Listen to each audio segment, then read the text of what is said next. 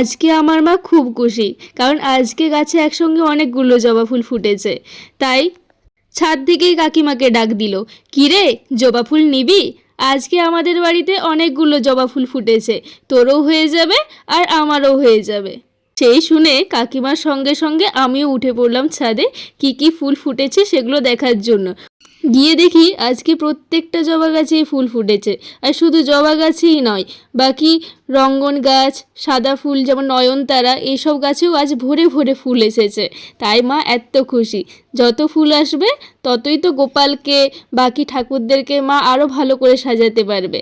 আর সাজালে কত সুন্দর লাগে, তাই না? তোমরাও জানাবে কেমন লাগছে।